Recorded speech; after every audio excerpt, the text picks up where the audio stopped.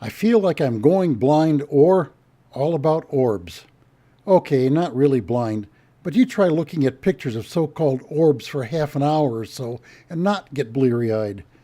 Orbs and Sasquatch, orbs and aliens, orbs and ghosts, orbs and nature spirits, orbs, orbs, orbs.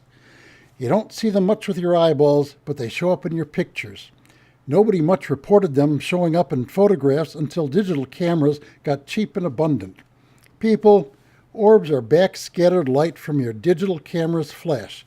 They happen especially when the flash is close to the lens, as in cheap digital cameras and your cell phone. The flash bounces off small things floating in the air near your camera's lens.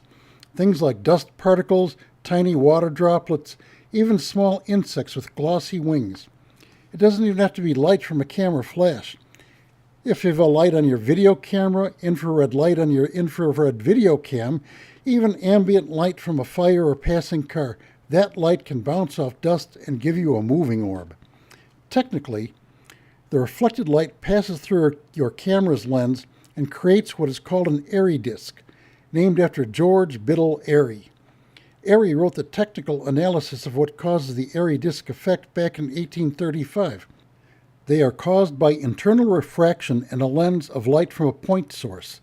If your light source is sufficiently tiny and uniform, you get a point of light in the center of the disk, with several concentric circles of light expanding around it. Airy disks were first observed in early telescopes, when astronomers were looking at individual stars. How fondly I recall the many hours I spent using the Airy disk effect to align the lenses in my old catadioptric telescope.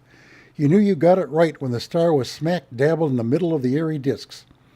Now, why don't all those orbs and all those pictures, if the orbs are Airy disks, show a little point of light with rings around it?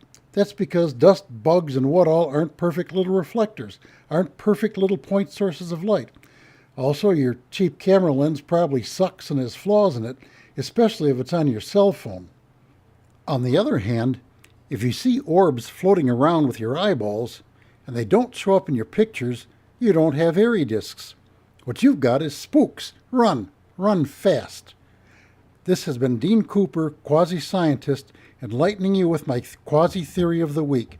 You may read the text of this on my blog at bydean.com. That's BHAIDIN.com.